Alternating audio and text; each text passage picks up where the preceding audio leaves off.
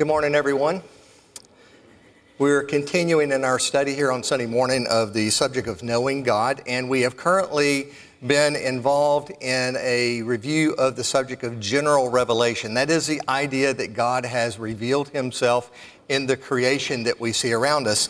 And I said that as we went through that section that when we look at the world around us, there are several questions that come to mind. And these are the three main questions, I think, that have dominated philosophical discussions and those who've tried to figure out the universe, figure out man, and all of those things. And I took these three questions because they're the ones that are highlighted in the book, He Is There and He Is Not Silent, which is a great book if you're interested in studying more on this subject.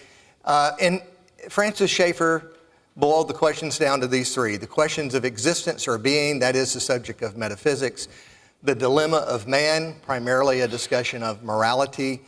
And three, the question of knowledge, epistemology. How do we know that we know? What is the basis for our understanding the universe? And we're currently working on the first of these three questions, the question of existence or being. You might say it like this: why does the universe exist? Why is there something instead of nothing? And there are three competing explanations. I really blew over the first explanation, the first potential explanation last week, and I want to come back to that this week, and we're going to try to finish off this question and begin with question number 2 next week. The first idea is that the universe is eternal in its existence. That is, that the universe has always been here. It has always operated like we see it today, and that there is no beginning. Therefore, there is not necessary to have someone who set things in motion. This was a prevailing view until the 20th century, among scientists at least. It was the prevailing view. The thing that caused this view to fall out of favor was the discovery in 1929 by Fred Hoyle, Edwin Hubble rather, the discoverer of the red lights. That is, there's a red shift. He could study and look into space, and he could see that there were red lights that seemed to be moving, and they seemed to be moving outward. They were expanding. In the 1960s, the microwave background radiation was discovered. And what that demonstrated is that the universe, as we see it and can observe it, is in fact expanding. It provided much more understanding and detail to Edwin Hubble's observations. And so scientists, by and large, virtually universally now, agree that the universe is expanding and therefore had to have had a beginning. That is, that the universe is expanding from a single point. And you've heard the phrase Big Bang, and that was the name given by default to this point of beginning, the Big Bang, that there was an explosion and that all matter in the universe was in one point the size of a pinhead, and that all matter of the universe expanded from that. That theory comes from the fact that they can see that everything that is expanding in the universe seems to be expanding from one place. And so that if you rewound that film, it would all end up in one place. Now, that's not an endorsement of the Big Bang Theory, but I'm perfectly happy to accept the idea of the Big Bang, because what the Big Bang suggests is that the universe had a beginning. The universe had a beginning. Now, there are a lot of people who weren't very happy about that development. And I'm going to read this morning. I'm going to be moving pretty quickly because I have a lot of quotations. I started to get to this last week when we ran out of time. I'm going to spend much of our class today reading the words of scientists that came from their observation of the universe. Because that's what we're talking about. We're talking about God revealing himself in the world around us, in the universe around us. So what are the words of the people who probably have looked at it in ways you and I haven't, who've examined it more closely with a certain approach, and quite frankly, with a desire to explain every part of it without God? What have they come to understand? Regarding the Big Bang Theory and the idea of the Big Bang, Robert Jastrow, American astronomer, very well known but highly regarded, said this: "This is an exceedingly strange development, unexpected by all but the theologians." That is the idea that the universe had a beginning. "The development is unexpected because science has had such extraordinary success tracing the chain of cause and effect backward in time. Now we would like to pursue that inquiry farther back in time, but a barrier to further progress has been insurmountable." That is the idea that if there was a Big Bang, it is the beginning point and there is nothing beyond it. There is nothing observable beyond the Big Bang, according to scientists. So they're like, we've always been tracing things back and now we've hit this insurmountable barrier. He says, "For scientists who have lived by his faith in the power of reason, the story ends like a bad dream. He has scaled the mountains of ignorance. He is about to conquer the highest peak. And as he pulls himself over the final rock, he is greeted by a band of theologians who've been sitting there for centuries."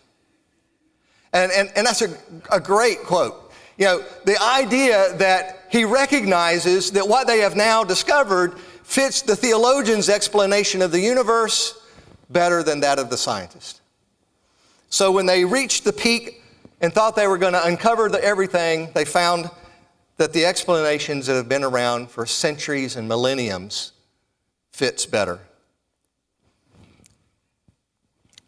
Jastrow, who was an agnostic, that is an unbeliever, also said this: "Astronomers now find they have painted themselves into a corner because they have proven by their own methods that the world began abruptly in an act of creation to which you can trace the seeds of every star, every planet, every living thing in this cosmos and on the earth. And they have found that all this happened as a product of forces they cannot hope to discover, that there are what I or anyone would call supernatural forces at work is now, I think, a scientifically proven fact." Now, obviously, not every astrophysicist agrees with his conclusion. But the point is, increasingly, physicists and astronomers, cosmologists are coming to this conclusion and reluctantly stating very ambiguous things about it because they don't have an alternative explanation. Jastrow, that I was just quoting, came to believe in the idea of a creator, a deist position.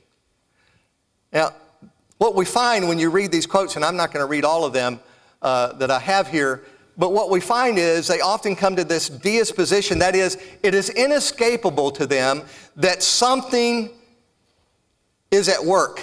Someone is at work. Something of great intellect is at work in designing the universe.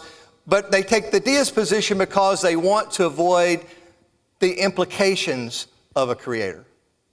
And we'll talk about that more as we go. So the first idea up here, the universe is eternal in existence, has all but been abandoned. We're left with the two remaining ideas. That is, the universe came to existence by random chance, or an infinite mind, whom we call God, created the universe. And so last week we started talking about the evidence of a designer. This is the teleological argument. That is, that we can look at the universe and we see purpose and design in the universe. There are many other arguments that can be made for the existence of God.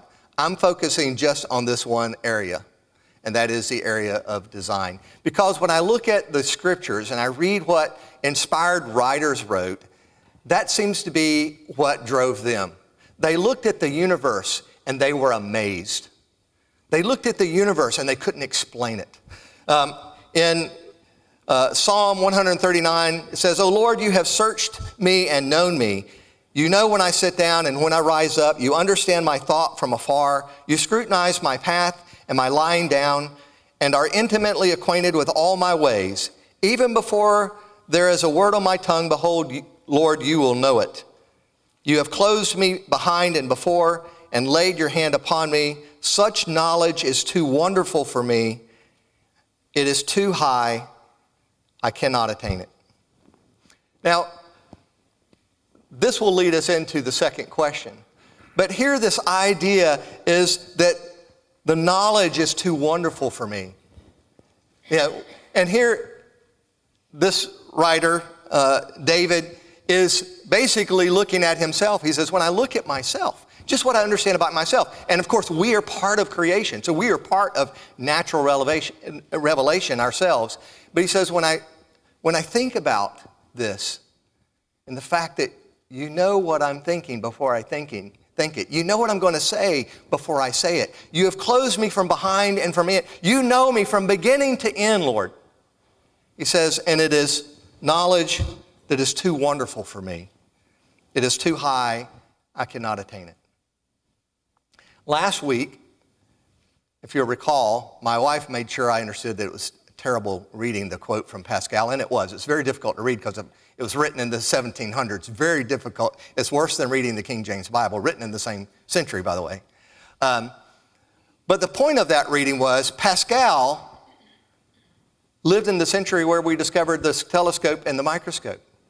And it's obvious that he had access to these things because he is describing the expanse of heaven and how far it goes and how amazing it is. He says, and there's no limit to what is there. But then he turns around and says, and then when you turn around and look at the smallest things, obviously he'd had a microscope. He says, there are worlds upon worlds upon worlds that you can't even see. And so he is describing there the amazing part of the universe, both big and small. But when you think about it, how far have we come in our ability to discover with science? How far have we come since the 17th century? A long ways. How far have we come in my lifetime? A long ways. And so we move on and look at some of this information. The competing views of the universe, the fine-tuning. Now, I'm not going to go into detail about all these. We talked about some of it last week. The fine-tuning of the universe is the idea that there are 20 different forces in the universe working together and independently of one another, which are fine-tuned in order to sustain life. In other words, if anything was changed in any of these pieces, life wouldn't be possible. Physicist Freeman Dyson, who was a colleague of Robert Oppenheimer and Albert Einstein at Princeton, and is one of the earliest leaders in quantum mechanics research, his reaction to the laws of nature was this. He says, the more I examine the universe and the details of its architecture, the more evidence I find that the universe is in some sense must have been known. The universe must have known in some sense that we were coming. In other words, he says, when I look at the universe, and he's specifically here talking about the cosmological, the discovery of the constants in the universe, not all of which were even known in his day, he says, it looks as though the universe knew we were coming. And what he's referring to is the idea of life being sustained. He says, there's something going on when you look at this, as though it were planned and presented and made ready for us and our arrival. Nobel Prize-winning physicist Frank Wilczek, who claimed he had lost faith in traditional religion, said that this astonishing fine-tuning reveals a creator of stunning artistry. Here's another unbeliever who looks at these things and says it reveals a creator of stunning artistry. But what's also interesting is that these constants that we talked about last week, these constants are not the end of it. The things that we observe initially are not the end of it. According to Australian astrophysicist Luke Barnes, he says, we have found fine-tuning as deep as we can go. It follows us down. It shows no signs of disappearing on deeper levels. We can explain the proton mass in terms of, amongst other things, the quark masses. Those in terms of the properties of the Higgs field. Those perhaps in terms of supersymmetry, which is a theory yet unproven. Anthropic constraints, that is, anthropic constraints is referring to the constants, the fine-tuning. He says, anthropic constraints appear at all levels. American physicist Stephen Barr wrote this: the universe does not appear more and more flawed the more closely one looks at it, as one might expect if its regularity were a matter of luck. Rather, its fundamental patterns appear more and more wonderfully perfect the more closely they are examined. Now, this is a very important idea here, is that the farther you look, the more complexity, ordered complexity, and perfection you find, which, as he says, is exactly the opposite you would expect to find in a universe created by random chance. Random chance does not create order. Random chance creates disorder and chaos. So when you look at something and you find that it is very organized and it operates by rules and that becomes more and more complex the further you go, it is exactly the opposite you would find if all of this just happened by chance.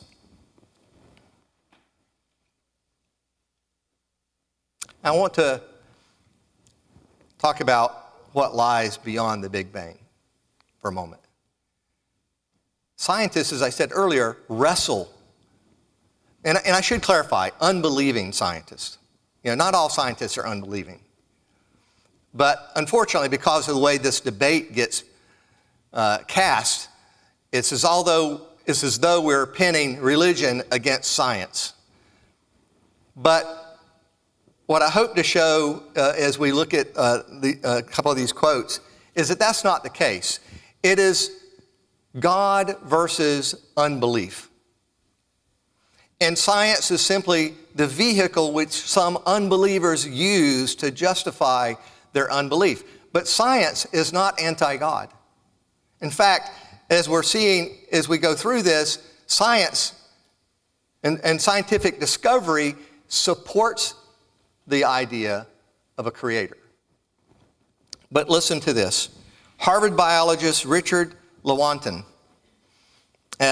speaking for a group of scientists, says this: it is not that the methods and institutions of science somehow compel us to accept a material explanation of the phenomenal world, but on the contrary, it is that we are forced by our a priori adherence to material causes to create an apparatus of investigation and a set of concepts that produce material explanations, no matter how counterintuitive, no matter how mystifying to the uninitiated.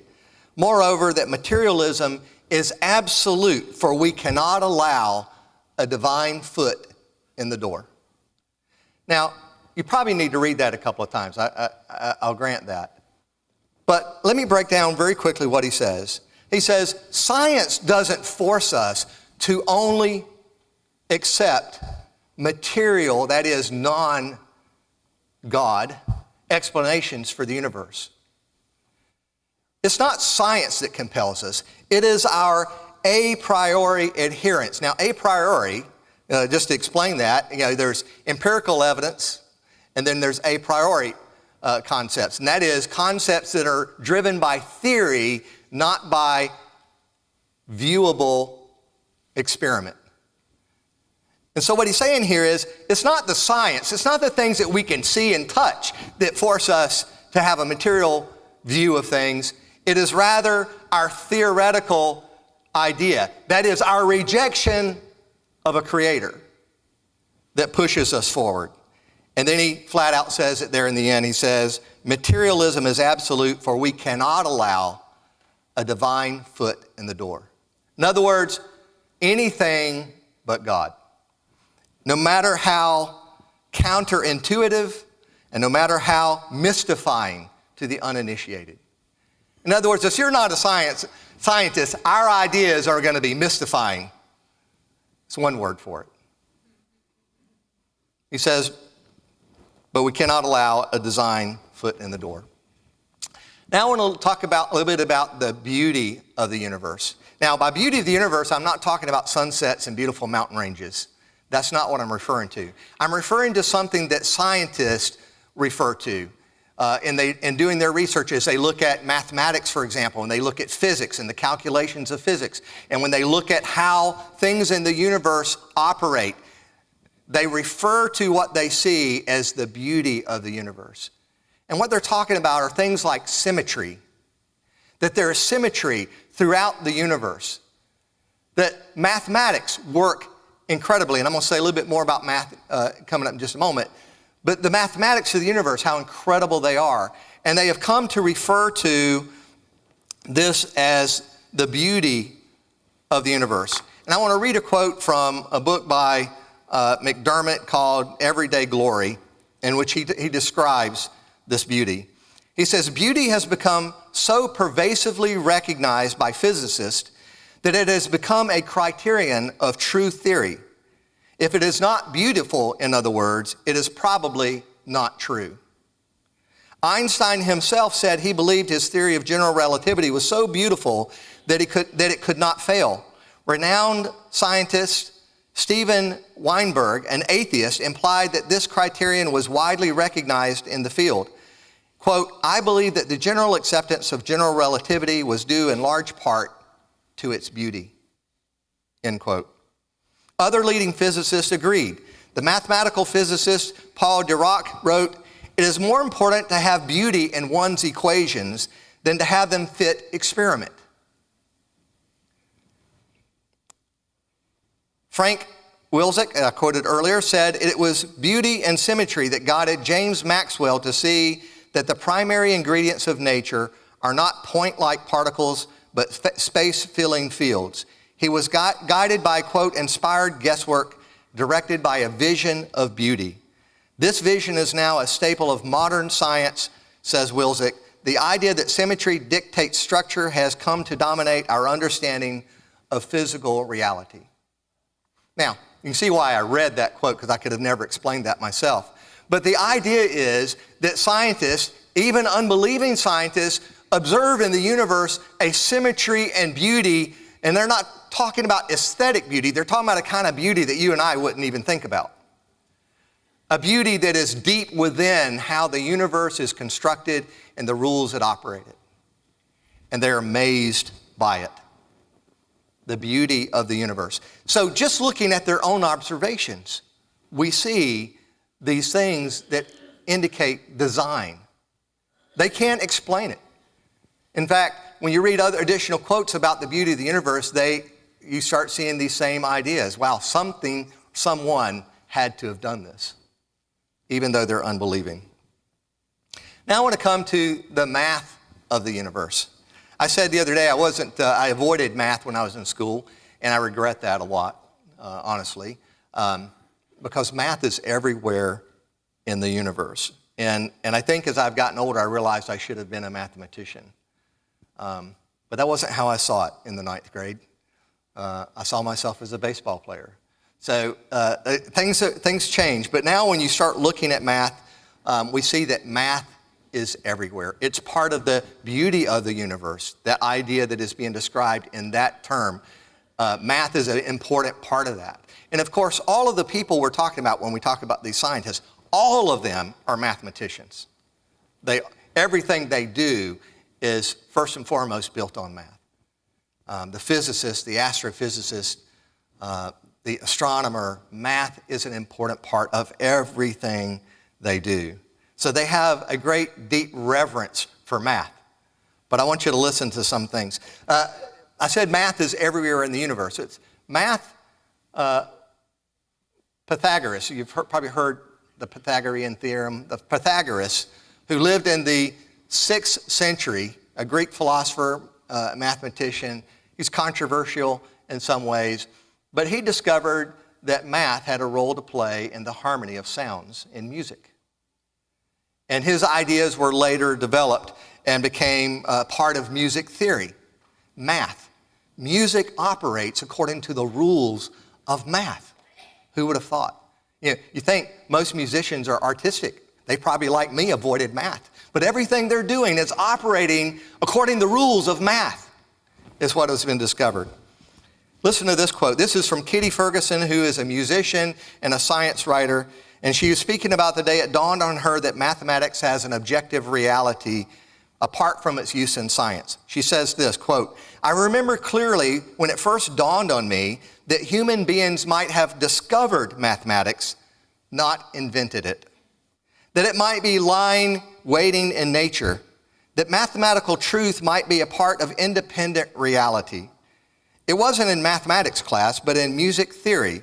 When I studied the harmonic series, it seemed to me that this pattern could not be a human way of sorting things out. It would have existed even if human beings had never existed." That's remarkable stuff. It's incredible stuff that a musician studying likely some of Pythagoras' ideas in music theory class suddenly realizes we didn't make math. We just discovered math. Math has always been here, and math is independent of us, and it is everywhere, even in our music. How do you explain that, absent a designer? Roger Penrose, British mathematician, Nobel Prize laureate, said this about math in the universe: "There often does appear to be some profound reality about these mathematical concepts, going quite beyond the mental deliberations of any particular mathematician. It is as though human thought is instead being guided towards some external truth, a truth which has a reality of its own and which is revealed only partially to any one of us." So, Roger Penrose says, one of the greatest mathematicians ever, says, it's as though math is leading us to some conclusion. It is guiding us along towards some external truth. Yet, Penrose was an unbeliever. He once stated, "I'm not a believer myself. I don't believe in established religions of any kind." But in 1991, in the film A Brief History of Time, some of you may have seen that, he said this: "I think I would say that the universe has a purpose. It's not somehow just there by chance. Some people, I think, take the view that the universe is just there and it runs along. It's a bit like it just sort of computes and we just happen somehow by accident to find ourselves in this thing. But I don't think that is a very fruitful or helpful way of looking at the universe. I think there is something much deeper about it." Fred Hoyle, an interesting figure in science history. Fred Hoyle was a proponent of the steady state theory. The steady state theory was the opposing argument to the Big Bang. Fred Hoyle refused to accept the Big Bang because it sounded too much like the Bible stories he heard as a kid. So he developed the steady state theory, and the steady state theory was that the universe is steady. It's not changing, it's not expanding, it has always been here. And that was his argument. And of course, the scientific community eventually pretty much universally rejected Fred Hoyle's idea. But the reason I bring up Fred Hoyle is Fred Hoyle, once when talking about the idea of life in the universe, Fred Hoyle said this: "Would you not say to yourself, some super calculating intellect must have designed the properties of the carbon atom. Otherwise, the chance of my finding such an atom through the blind forces of nature would be utterly minuscule. A common sense interpretation of the facts suggests that a super intellect has monkeyed with physics as well as with chemistry and biology. And there are no blind forces worth speaking about in nature. The numbers one calculates from the facts seem to me so overwhelming as to put this conclusion almost beyond question." This is someone who developed a scientific theory because he was unwilling to accept the idea that the universe had a beginning, because that suggested the idea of a first cause that they couldn't explain. Yet he acknowledges that when I look at everything, I can't help but come to this conclusion, that it is almost beyond question that no blind forces could have done this. I got one more quote from him, but we want to talk a little bit about the complexity and specificity of DNA. It's too big a topic for me.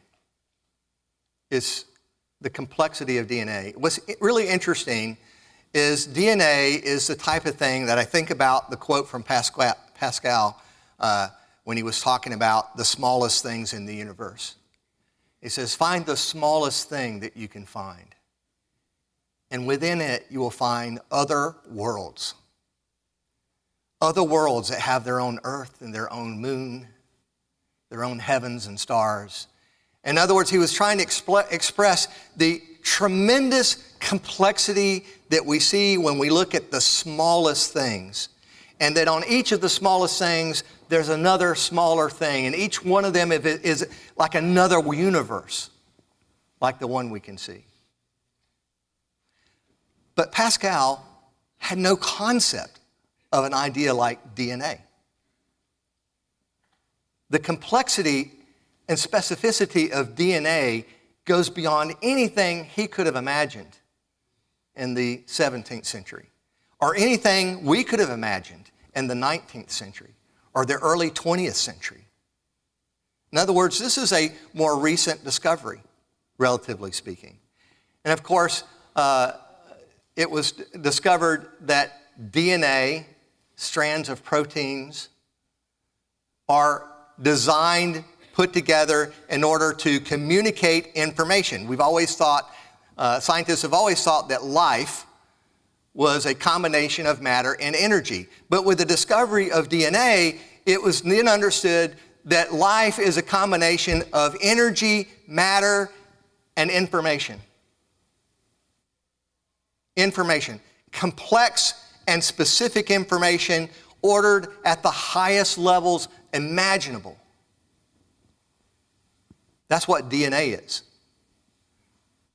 There's a book called The Signature in the Cell. Some of you probably read it and heard of it. Stephen Meyer wrote that book, and he was basically taking the information regarding DNA and explaining it in terms of how it was perhaps the greatest indication of intelligent design in the universe. But what's important about it, beyond its complexity, and I'm going to leave for you. You want to read more about DNA, there's plenty of resources. You can Google it. You can buy Stephen Meyer's book. There's tons of information about DNA that will amaze you. But what we also understand about DNA is DNA, along with matter and energy, but DNA is the most important piece of the universe for life. It is information that causes us to be who we are and the animals to be who they are.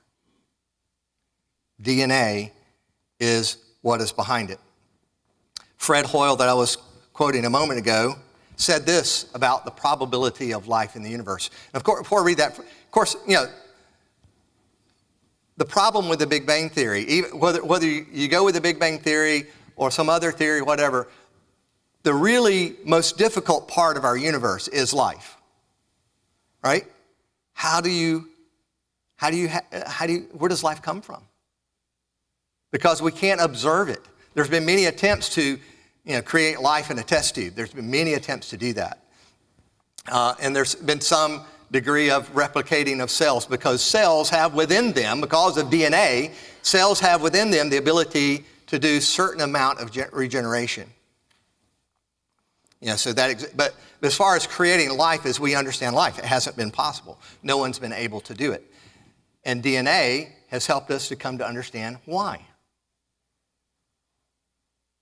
DNA has two amazing things about it. One, unsurprisingly, DNA conforms to math. You can work with DNA using math. So not surprising based on other things we've already talked about. The second thing is that DNA looks like computer programming, computer code. It looks like computer code. The live thing's going to quit. I'm going to go for like one more minute. DNA looks like computer code, and computer engineers have looked at it and been amazed that, wow, this is everything we've been trying to do, except it's already done, and it's better and more fluid and more elegant and works better than what we've come up with. Fred Hoyle said this: the probability of life